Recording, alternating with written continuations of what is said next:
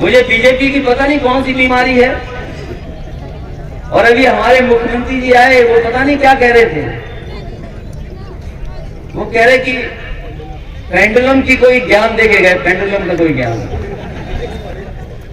उनका भाषण सुनो तो ऐसा सुना रहे समझा रहे जैसे वो फिजिक्स के स्टूडेंट है। हम लोग पेंडुलम वाली घड़ियां छोड़ चुके हैं, सबकी घड़ियां मोबाइल में आ गई हैं। और पेंडुलम का सबसे बढ़िया उदाहरण तो झूला है। कभी झूल के देखा? आपने देखा होगा झूला। पेंडुलम का एग्जाम्पल तो झूला ही हो सकता है। और वो जानते नहीं कि चाचा ने नेताजी से सीखा है। और कई बार जो झूले पे नौसिखिया को संग लेके चलते तो बताओ क्या हालत होती है उसकी। ऊपर जाने में तो डरता ही डरता है, और जब नीचे आता है झूला तो पता नहीं क्या होता होगा। तो इसलिए हम सरकार के लोगों से कहेंगे कि हमें पेंडुलम की भाषा न समझाओ। हमारे चाचा जानते हैं झूला कब किसको झुलाना है।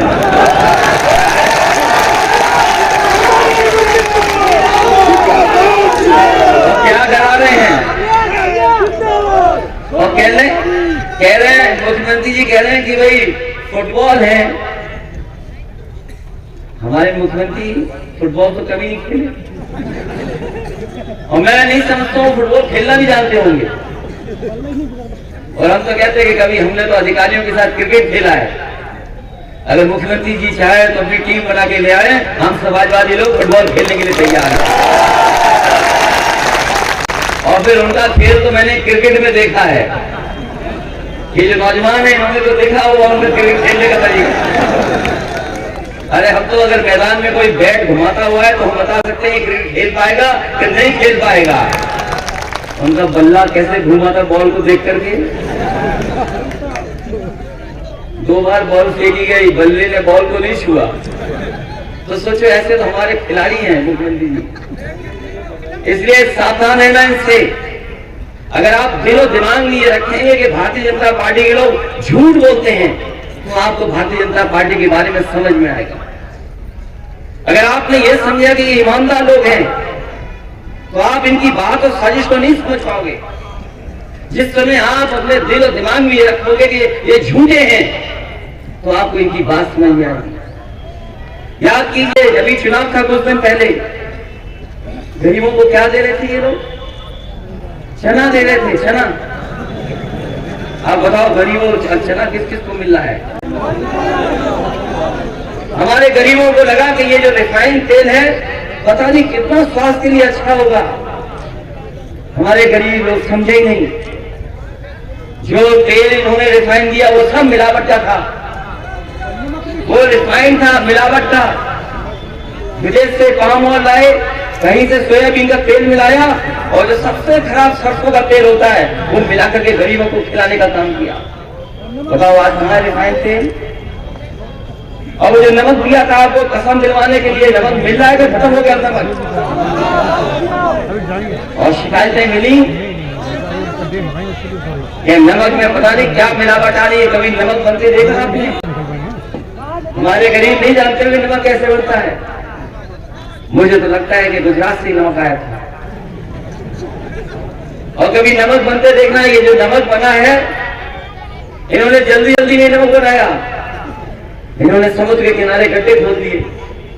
समुद्र की लहर आई, पानी उसमें चला गया, महीना 15-20 दिन में सूख गया। और जब सूख करके जो नमक बना वही इन्होंने भरा, पैक कर करके और हमारे गरीबों को खिला दिया। ये वो नमक था। अब सुनने में आया कि गेहूं भी बंद हो गया। अरे आप लोग समझ नहीं पा रहे, ये सर्दी में आपको चावल खिला रहे। सोचो सर्दी में, अरे सर्दी में चावल खाओगे तो क्या होगा? ये भी डीएपी लेने गए होगे, बोरी मिल गई क्या आपको? और अगर डीएपी की बोरी लेने गए होगे तो बताओ, उसमें 5 किलो तो पहले निकाल लिया। ब्लैक में कुछ देना पड़ा वो अलग, और संग में एक बोतल और मिल गई, बोला जाओ खेत में डालो जाके। ये गरीबों को लाल लाल सिलेंडर मिले, लाल वाले। ये गरीब नहीं जानते, अमीरों के जब खाली हुए वहां पर तो पाइपलाइन से सप्लाई हो गई, और जब पाइपलाइन से सप्लाई हो गई, जो सिलेंडर खाली हो गए, उनको बीजेपी वालों ने पोस्ट करके रंग करके गरीबों को बांट दिए। पहले बताओ सिलेंडर कितने में भरा जाता था और आज कितने में भरा जा रहा है? और ये माताओं बहनों ने तो अपना सिलेंडर खाली पे कुछ सामान रख लिया है, और कुछ लोग तो नौजवान उसी बैठ करके अपना खाना ना खा ले रहे हैं। और बिजली का बिल जब आता है तो आपको बताओ बिजली का करंट लगता है कि नहीं लगता? अगर बिल नहीं दे पाए तो पता लगा पूरे गांव की काट दिए, तार काट दिए। समाजवादियों की सरकार याद करो, ट्रांसफार्मर पुख्ता था, कैपेसिटी बढ़ाई, सब स्टेशन लगाए, और उसके बाद सरकार की गाड़ी आती थी, वही ट्रांसफार्मर बदल देती थी 24 घंटे में। आप बताओ ट्रांसफार्मर कहाँ बदले जा रहे हैं? और बिजली का बिल ज्यादा देना पड़ रहा, वो अलग। एम्बुलेंस आपकी थी, याद कीजिए, एम्बुलेंस थी गरीबों की मदद के लिए। फोन मिलाओ, एम्बुलेंस आए, मदद करेगी। अब फोन मिलाओ, भरोसा है नहीं कि आएगी एम्बुलेंस कि नहीं आएगी। और पुलिस का 100 नंबर बना दिया, 112 नंबर क्या बढ़ाया? अधिकारियों ने अपनी रेट बढ़ा ली, 100 से 112 होते ही अधिकारियों ने अपना रेट बढ़ा लिया। ये हालात है कि नहीं है? इसलिए मैं आपसे अपील करना चाहता हूं, नेताजी आगे की सोच के राजनीति करते थे, नेताजी भविष्य को सोच करके राजनीति करते थे। ये बीजेपी के लोग हमें और आपको लड़ाना चाहते हैं। ये सवाल नेताजी से सीखी हुई राजनीति का नहीं है, ये सवाल इस बात का भी नहीं कि किसके चेले थे, क्या कह रहे भाषणों में। सवाल इतना है कि पिछड़े एक ना हो जाएं। बीजेपी की साजिश है, षड्यंत्र है, या पीछे एक ना हो जाएं।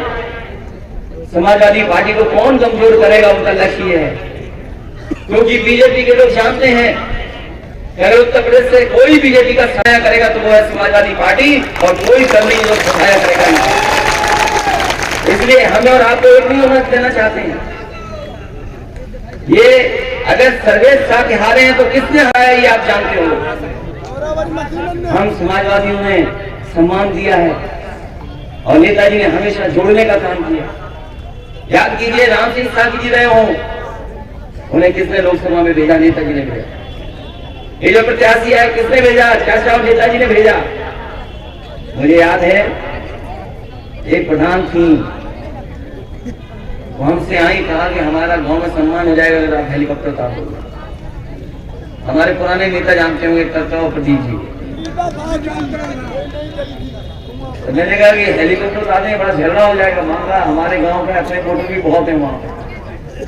तो मैंने इन दोनों नेताओं से कहा कि भाई अपने लोगों को मनाना, हमें हेलीकॉप्टर से आ जाने दो, कम से कम इतना सम्मान हो जाएगा। हमें क्या पता था कि सम्मान के चक्कर में दूसरे लोग ज्यादा सम्मान दे देंगे किसी को। तो सोचो, समाजवादी लोगों ने सम्मान दिया, आगे बढ़ाया। ये हमारे लोग समझ नहीं पा रहे। कई बार बीजेपी की साजिश बड़ी है। बाबा साहब भीमराव अम्बेडकर जी का जो संविधान है, उस संविधान के तहत जो हमें अधिकार मिले, अधिकारों को छीनने की साजिश है। आपको हमको नौकरी न मिल पाए, उसकी साजिश है। ये जो कह रहे आए थे करेर विधानसभा में, वो जसवंत नगर में इसलिए नहीं आए क्योंकि वो जानते हैं यहाँ पर चाचा विधायक हैं। वो सोच रहे थे कार्यक्रम लगाएं कि न लगाएं। ये अधिकारी जानते होंगे, ये बीजेपी के लोग जानते होंगे। वो जानते हैं जसवंत नगर वो जगह है जहां समाजवादी पार्टी सबसे ज्यादा वोटों से जीत के जा रही है। इसमें जसवंत नगर ब्लॉक है, वहां के लोग तो जिता ही रहे हैं। सहरी ब्लॉक भी है, बसरेयर भी है। और ये ताका के लोगों ने कोई पहली बार वोट डालने नहीं जा रहे साइकिल पर। इन्होंने नेताजी को वोट डाला है, इन्होंने हमें भी वोट दिया है, इन्होंने चाचा को भी वोट दिया है, और इस बार डिम्पल यादव को भी ऐतिहासिक वोट कर देने जा रहे हैं।